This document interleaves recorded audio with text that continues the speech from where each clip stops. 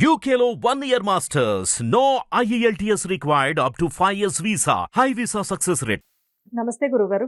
వైష్ణవి. గురుగారు, ఈ నెల వచ్చే వారం కరెక్ట్గా సోమవారం, అమావాస్య, శ్రావణ మాసం 3 కలిపి వచ్చాయి. అంటే శ్రావణ మాసం, సోమవారం, అమావాస్య ఈ కాంబినేషన్ అనేది ఎలా ఉండబోతుంది? ఈ ఈ అమావాస్య విశిష్టత ఏమిటి? తప్పకుండా అమ్మ, దీన్ని సోమామావాస్య అంటారు. సోమ సోమావతి అమావాస్య అని కొన్ని ప్రాంతాల్లో అంటారు. ఉమ్, సోమా అమావాస్య అంటారు. ఉమ్, ఎందుకంటే సోమవారం నాడు ఉమ్, అమావాస్య, ఉమ్, శ్రావణ మాసం, ఈ 3 చాలా విశేషమైన ఫలప్రదములు. ఉమ్, ఈ అమావాస్య రోజు చేసే రుద్ర హోమం ఉమ్, లేదా శ్రీ మహాలక్ష్మి హోమం, Hmm. ఈ అమావాస్య ఐశ్వర్య ప్రాప్తికి కమలం పూలతో శ్రీ మహాలక్ష్మి అమ్మవారి హోమం చేయొచ్చు, చాలా విశేషం. ఉహుం, కమలం పూలతో. ఉమ్. ఉమ్, లేదా రుద్రహోమం చాలా విశేషం. ఎటువంటి కష్టాలు ఉన్నా, ఎటువంటి ఇబ్బందులు పడుతున్నా కూడా చాలా అద్భుతమైన ఫలితాలను ఇస్తుంది.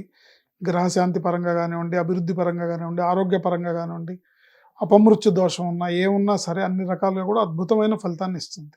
ఉమ్, తర్వాత చాలామంది చాలా రకాలుగా ఇబ్బందులు పడుతూ ఉంటారు, దానికి కారణాలు తెలియదు. కొంతమంది మీ ఇంట్లో పితృదేవతల శాపం ఉంది, మీ ఇంట్లో పితృదేవతలు తృప్తిగా లేరు, మీకు Hmm. పితృశాపం ఉందని ఇలా అనుకుంటూ దానికి చాలా అనేక రకాలుగా పరిహారాల కోసం తిరుగుతుంటారు. అలాంటి వాళ్ళకి ఇది విశేషమైన ఫలప్రదం.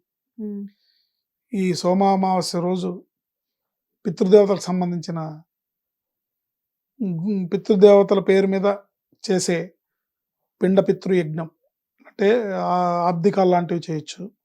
వాళ్ళ పేరు మీద అంటే మీ కుటుంబాచారాన్ని బట్టి ఉమ్, శ్రాద్ధ తిథి రోజు మీ ఇంట్లో పెద్దలకి ఎలా చేస్తారో అలా ఆ రోజు ఆ పితృదేవతలను స్మరించుకొని వాళ్ళకి దండం పెట్టుకోవడం ద్వారా ఒక తరం, ఒక బ్యాచ్ మొత్తం విముక్తులై మోక్షాన్ని పొందుతారు. ఉమ్, ఉమ్, దీన్ని దర్శి శ్రాద్ధం అంటారు. ఉమ్, అంటే కుటుంబంలో ఉన్న ఈ జనరేషన్లో ఉన్న మొత్తంలో కొంతమందికి శ్రాద్ధాలు అవి సరిగ్గా జరగవు, పిల్లలు లేక, పెట్టేవాళ్ళు లేక, ఉమ్, ఇలాంటి ఇబ్బందులు ఉంటాయి. అలాంటి కొన్ని సోల్స్, కొన్ని ఆత్మలు, కొంతమంది పితృదేవతలు మన కుటుంబంలో బాధపడుతూ, దుఃఖపడుతూ, త్రిశంకు స్వర్గంలో ఇబ్బంది పడుతూ ఉంటారు. అవన్నీ జరుగుతూ ఉంటాయా గురువుగారు? 100%. ఉమ్, మన ధర్మశాస్త్రం చెప్పింది, మన సనాతన ధర్మం చెప్పింది ఒకటొకటి నాసా సైంటిస్టులతో సహా ప్రతిదీ అగ్రి అవుతూ వస్తున్నారు. ఉమ్, మనకు ఎప్పుడో మన చిన్నప్పటి నుంచి మన పెద్దవాళ్ళు చెప్తున్నారు. ఉమ్, మన ధర్మం అది, మన వేదం అది, మనం నమ్మాలి, మనం చేయాలి. ఉమ్, వితండనవాదంలోకి వెళ్ళి నమ్మను అన్నవాడికి దాని తాలూకా ఎఫెక్ట్ మీకు ఆలస్యంగా తెలుస్తుంది. దాని తాలూకా ఎఫెక్ట్ ఇబ్బంది పడే విధంగా ఉంటుంది. కాబట్టి పెద్దల మాట విని చెప్పి చేసుకుంటే అక్కడ వాళ్ళకి జీవితంలో డిలే అవ్వకుండా సక్సెస్ అనేది ఆ కుటుంబానికి దొక్కుతుంది.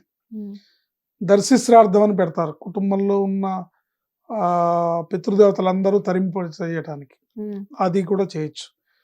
ఇవన్నీ చేయలేమంటే గోశాలకు వెళ్ళి మీ ఇంట్లో ఉన్న పెద్దల పేరు మీద చెప్పి గోవుకి గ్రాసం పెట్టడం, గోవుకి దాణా పెట్టడం, గోవుకి నమస్కరించడం, గోవుకి ప్రదక్షిణం చేయడం కూడా విశేషమైన ఫలితాలను ఇస్తుంది. ఉమ్, లేదా మీ ఇంట్లో చనిపోయిన మీ తండ్రి గారు కానీ, మీ తాతగారు కానీ, మీ తల్లి గారు కానీ, ఇంకెవరైనా వాళ్ళని తలుచుకొని ఒక చెంచాడు నీళ్లు ఉద్ధరణ కూడా వాళ్ళకి తర్పణంగా వదిలినా కూడా ఉమ్, వాళ్ళు బ్లెస్సింగ్స్ అనేవి అద్భుతంగా ఉంటాయి. పితృదేవతల అనుగ్రహం కావాలి. ఒక కుటుంబం అభివృద్ధి చెందడానికి దేవతా అనుగ్రహం ఎంత అవసరమో ఉమ్, పితృదేవతల అనుగ్రహం కూడా అంతే అవసరం. ఉమ్, నేను కేవలం దేవుడు పూజలే చేస్తూ ఉంటాను, పితృదేవతలను విస్మరిస్తానంటే దేవుడు కూడా ఒప్పుకోడు. ఉమ్, సో పితృదేవతల్ని సంతృప్తిపరచాల్సిందే, దేవతల్ని తృప్తిపరచాల్సిందే. పితృదేవతలు అనేసరికి చాలా మంది ఎలా అంటే, కొన్ని మీరు ఇందాక చెప్పారు వితండవాదం అనేది చాలా ఫ్యామిలీస్ లో కనబడుతూ ఉంటుంది అని చెప్పేసి, నేను కూడా నా కళ్ళతో చాలా మందిని చూశాను. అంటే ఇంకా వాళ్ళే లేనప్పుడు ఇవన్నీ అవసరమా అని చెప్పేసి కొంతమంది వదిలేస్తూ ఉంటారు. కొంతమంది చాలా నియమనిష్టలతో తాత ముత్తాతలకు కూడా చేసేవాళ్ళు ఉన్నారు. కాకపోతే ఏంటంటే గురువుగారు ఇలా వితండవాదం చేసే వాళ్ళకి డెఫినెట్‌గా వాళ్ళ తాలూకు అంటే శాపాల్లాంటివి అది శాపాల సంగతి పక్కన పెట్టండి. మీరు వాళ్ళ ఫ్యామిలీ డెవలప్‌మెంట్ ఎలా ఉంది? హ్మ్. ఆ కుటుంబంలో ఏమన్నా అర్ధాశ్య మరణాలు జరుగుతున్నాయా? హ్మ్. ఆ కుటుంబంలో అభివృద్ధి మగపిల్లలు అంటే వాళ్ళకి వాళ్ళ కుటుంబం ఎలా డెవలప్ అవుతోంది? హ్మ్. వంశం వృద్ధి పొందుతోందా? హ్మ్. అనేది చూసుకుంటే అర్థమైపోతుంది మనకి. హ్మ్. మనం వాదించక్కర్లా. హ్మ్. ఏదైనా వాళ్ళ కుటుంబంలో జరిగే అంతే విషయాన్ని బట్టే వాళ్ళకే మనం జరుగుతుందది. ఖచ్చితమైన నిర్ధారణ సో, కావచ్చు. ఖచ్చితంగా ఒక కుటుంబం అభివృద్ధిలోకి రావాలి. వంశాభివృద్ధి జరగాలి. గోత్రాభివృద్ధి జరగాలి. ఈ కుటుంబం 10 మంది, 50 మంది, 100 మంది పెరగాలి. ఒక్కోళ్ళకి ఇప్పుడు నలుగురు అన్నదమ్ములు ఉన్నారండి. హ్మ్. నలుగురికి ముగ్గురేసి పిల్లలు ఉన్నారంటే ఆ కుటుంబం ఎంతమంది అయ్యారు? 12 మంది అయ్యారు కదా! హ్మ్. అట్లా కుటుంబం అభివృద్ధి చెందాలి. పిల్లా పాపలతో కలకాలం హాయిగా ఉండాలి.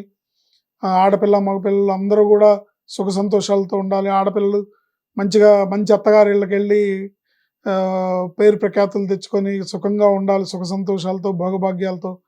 అలాగే మగపిల్లలు వంశాభివృద్ధి జరిగి వాళ్ళ కుటుంబం, వాళ్ళ వంశాభివృద్ధి జరగాలి అంటే పితృదేవతల అనుగ్రహం కావాల్సిందే. హ్మ్.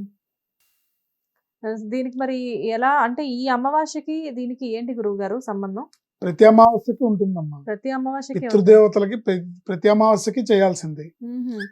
ధర్మశాస్త్రం ఏం చెప్తుందంటే అసలు సనాతన ధర్మం పాటించే మాబోటి వాళ్ళకి ఏం చెప్తుందంటే హ్మ్. ప్రతిరోజు పితృతర్పణం ఇవ్వాల్సిందే. ప్రతిరోజు.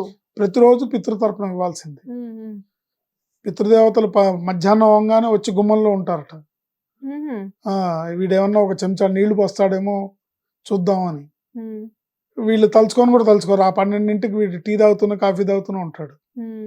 లేకపోతే భోంచేస్తూనే ఉంటాడు. హ్మ్. ఛీ అని వెళ్ళిపోతారు.